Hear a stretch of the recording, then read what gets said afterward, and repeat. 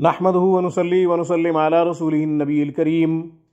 ناظرین، کوئی شخص زنا میں مبتلا ہے یا پھر جنسی بدفعلی میں مبتلا ہے یا کسی اور بری عادت میں مبتلا ہے، مثلا شراب نوشی یا پھر کوئی اور حرام کاری میں مبتلا ہے، تو یہ عمل تمام برائیوں کے لیے جامع ہے اور تمام برائیوں کے خاتمے کے لیے بہت ہی زیادہ مجرب ہے۔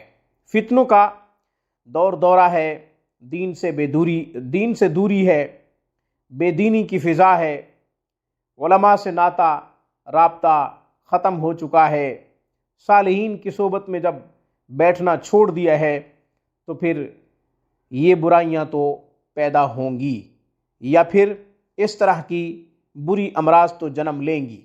ناظرین، کرنا کیا ہے؟ گھر والوں میں سے کوئی پریشان ہے اپنے کسی مرد کے لیے، اپنے کسی فرد کے لیے، تو بھی عمل کیا جا سکتا ہے، اور اگر کوئی شخص خود نادم ہے، شرمندہ ہے، تو بھی عمل کر سکتا ہے۔ ناظرین، کرنا کیا ہے؟ چوراہے سے تین پتھر اٹھائیں، چوراہے سے تین پتھر اٹھائیں، تین پتھر اٹھا کر ان کے اوپر آپ نے سورۃ کوثر کو دم کرنا ہے، اس طرح کہ اول 11 مرتبہ درود شریف پڑھیں، پھر 101 مرتبہ سورۃ کوثر کو پڑھیں، پھر 11 مرتبہ درود شریف پڑھیں۔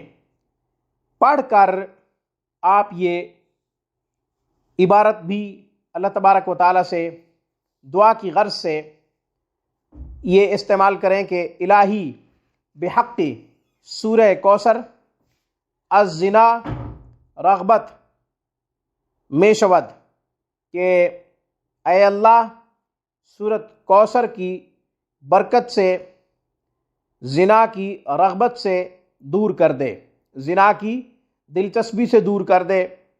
اور اگر یہ عبارت اردو میں بھی اللہ تبارک و تعالیٰ سے دعا کی غرض سے گڑ گڑا کر استعمال کریں تو بھی ٹھیک ہے۔ اردو میں کیا کہنا ہے؟ اے اللہ سورۃ کوثر کی برکت سے زنا کی رغبت، زنا کی دلچسپی یا جنسی بدفعلی سے نجات عطا فرما دے۔ اس طرح بھی آپ دعا کر سکتے ہیں۔ پھر وہ تین پتھر یا تو اس فرد کے گھر کا جو چولہا ہو اس میں ڈال دیں، یا پھر جہاں وہ سوتا ہو اس چارپائی کے نیچے رکھ دیں۔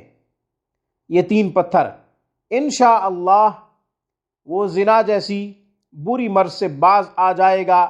شراب نوشی کرتا ہوگا تو بھی توبہ کر لے گا، اور اگر جنسی بدفعلی میں مبتلا ہوگا تو بھی انشاءاللہ توبہ طائب ہو کر اللہ تبارک و تعالیٰ کے قرب اور تعلق کے اسباب تلاش کرے گا، ڈھونڈے گا۔ انشاءاللہ یہ بری مرض چھوٹ جائے گی، اس سے نفرت ہو جائے گی اللہ کے فضل و کرم سے اور قرآن کے اس مبارک عمل کی برکت سے۔ آج کی گفتگو میں بس اتنا ہی۔ السلام علیکم ورحمۃ اللہ وبرکاتہ۔ Thanks for watching my video. اللہ حافظ، اللہ نگہبان۔